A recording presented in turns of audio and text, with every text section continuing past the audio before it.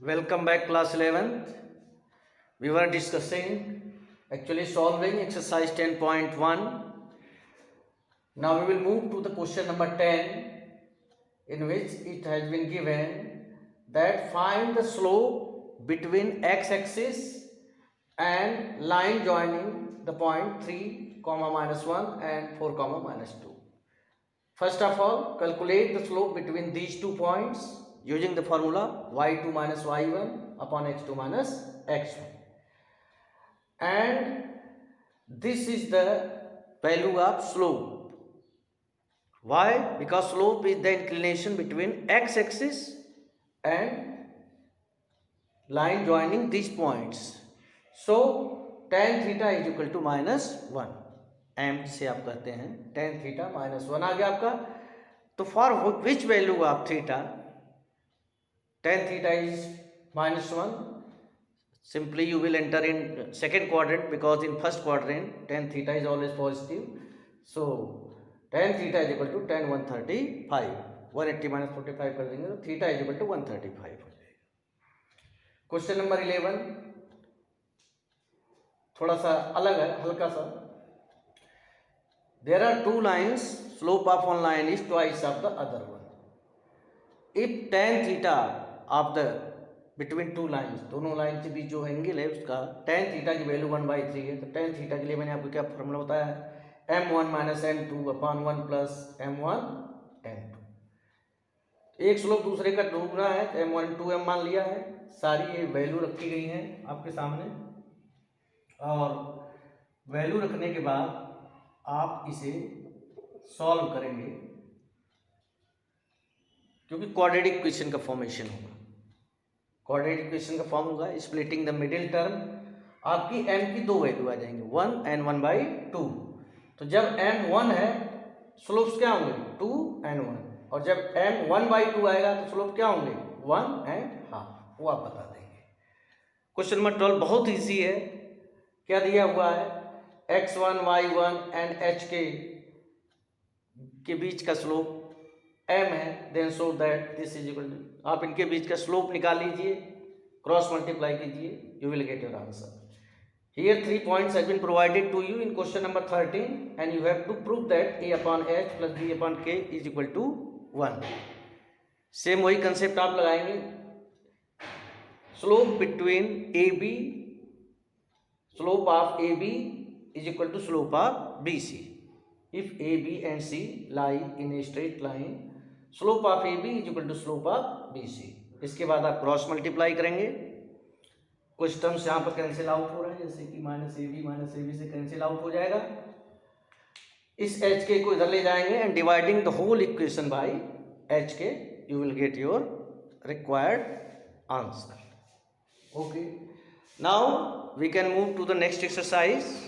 I have already taught you the basics of this exercise 10.2.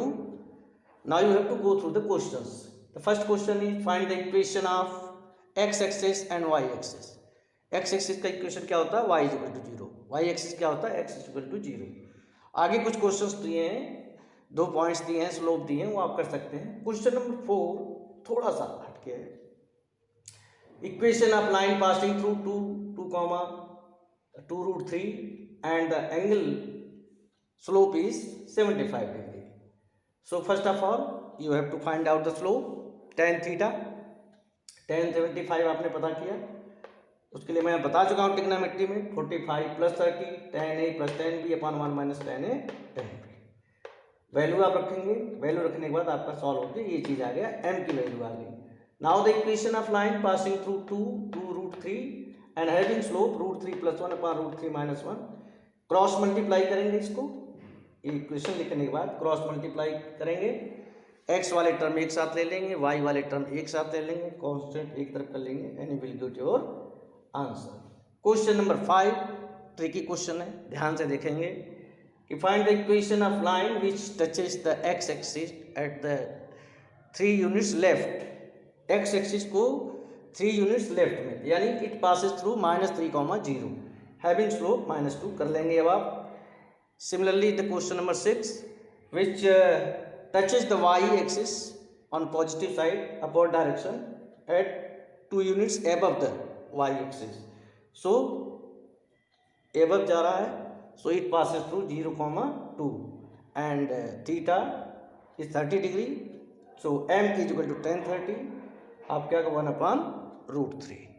आगे का question जो है, so now we will move to the question number 8 in which it has been provided, जो special form of मैंने straight line बताया था. Question number 8 में दिया है कि the perpendicular distance of line from the origin is 5 units. Line origin से 5 unit की दूरी पर है and perpendicular makes an angle of 30 degree with positive x axis. ये परपेंडिकुलर इस पॉजिटिव एक्स एक्सिस से 30 डिग्री का एंगल बनाता है. तो मैंने आपको जब बेसिक चीज़ बताई थी तो ये चीज़ बताया था x cos omega plus y sin omega is equal to p. तो ओमेगा क्या होता है? Omega is the angle form by perpendicular not by straight line, form by perpendicular which lies on line, जो लाइन पर जाकर टकराता है. And p is the distance of the line from the origin. Omega आपको 30 degree दिया है, आपने value रखी है और ये पूरा सॉल्व कर लिया, यू गॉट द आंसर. अब देखिए now in question number 9 vertex दिए हैं आपको. You have to find the equation of median passing through the vertex r.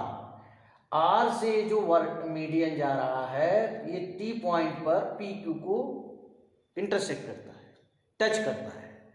So coordinates of t क्या हो जाएगा? Mid point of P Q. P Q का mid point आप निकालेंगे तो टी के median by sixth side on which it lies. Okay, now you have to find out the equation of R T. So it passes through 4,5 x1 y1 4,5 and slope is slope between line RT. Slope आप यहाँ पे निकाल लेंगे. Slope निकालिए 2 minus y2 minus y1 -3/-4 3/4. पास 4/5 से करता है, slope आपका 3/4 है. You can very easily find out the equation of line. अब आप देखिए क्वेश्चन नंबर 10 में भी आपको इक्वेशन ऑफ लाइन पता करनी है, लेकिन ए परपेंडिकुलर है.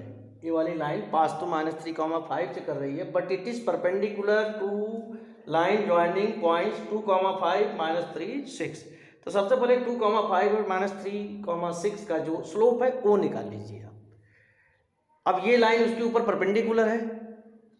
अगर एक लाइन दूसरी लाइन के ऊपर परपेंडिकुलर है और दूसरे का स्लोप दिया है, इस वाली लाइन का स्लोप क्या होगा? मैंने आपको बताया था negative reciprocal -1 upon slope of the line. यहां पर स्लोप निकल के आया -1/5. जो हम लाइन निकालना चाहते हैं उसका स्लोप क्या आएगा? -1/-1/5.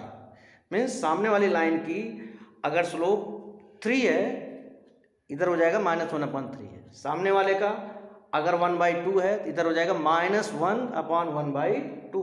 यहाँ हो गया -1/-1/5. तो आ गया 5. लाइन -3,5 से पास करती है, स्लोप 5 है. Very easily y -y1 = m x - x1 करके आप निकाल सकते हैं. क्वेश्चन नंबर 11 में सेक्शन फार्मूला यूज हुआ है. ए और बी ये 2 पॉइंट दिए हैं, इनको जो एक पॉइंट पी जो है 1:9 में डिवाइड करता है. लेकिन ये जो पॉइंट पी है यहाँ से एक लाइन जाती है जो इसके ऊपर परपेंडिकुलर है. ये जो मैंने पी लिखा है ये लाइन इसके ऊपर परपेंडिकुलर है और इस लाइन का आपको इक्वेशन पता है. Okay, first of all find out the slope of A B. A B का स्लोप पता कर लोगे, it will become very easy to find out the slope of this line which is perpendicular on A B. आपको भी बताया था ए B का 3 आ गया, इस लाइन का -1/3. अब ये परपेंडिकुलर पास कहाँ से करता है? x1 y1 से. Using section formula you can find out x1 y1। कैसे? m2 x1 plus m1 x2 upon m1 ऐसे करके, और फिर आप एक लाइन का इक्वेशन निकाल सकते हैं। क्वेश्चन नंबर 12 में क्या दिया है? एक लाइन है जो x एक्सिस और y एक्सिस पर इक्वल इंटरसेप्ट बनाती है, means a and b both are equal. तो मैंने यहाँ इक्वलाइज कर लिया है, a की वैल्यू 5 आ गई है, आप यहाँ पे वैल्यू पुट करके निकाल सकते हैं। इस क्वेश्चन का एक और है, तो मैं आपको रफली बताना चाहता हूँ, इसके दो आंसर्स भी हो सकते हैं। अगर इस लाइन को देखिए, अगर जितनी दूरी पे एक्स एक्सिस काटेगी उतनी वाई पर, अगर यहां पर ये एंगल बनाती है 135 डिग्री। और इस लाइन को देखिए आप, ये भी एक लाइन है, जितनी दूरी पर एक्स को काट रही है उतनी दूरी पर वाई को, और ये कितने का बनाती है एंगल? 45। यानी कि the line is passing through, जो कुछ भी दिया हुआ है आपको वो इंफॉर्मेशन लेकर, जैसे कि यहाँ पर 2 3 से पास कर रहा है, केस तो वही होगा, x1 y1 वही होगा 2, 3, but there will be 2 values of slope. एक m1 हो जाएगा tan 135 -1, एक इक्वेशन का लाइन आप निकाल लेंगे। फिर m2 मान लीजिए 45 डिग्री, तो स्लोप हो जाएगा 1, x1 y1 2, 3 रहेगा। तो ऐसे दो लाइन का इक्वेशन आप निकाल सकते हैं।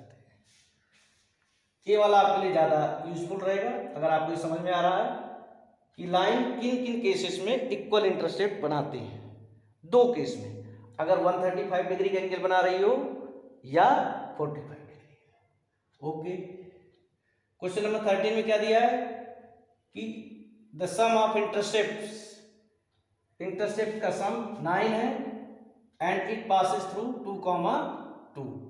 a plus B equal to 9, B equal to 9 minus A, X upon A Y upon B लिखा आपने। अब इसको पूरे को आप सॉल्व करेंगे, क्वाड्रेटिक इक्वेशन बनेगा, ए की वैल्यू आएंगी, ए की वैल्यू से आप बी की वैल्यू निकाल लेंगे और लाइंस का इक्वेशन बता देंगे।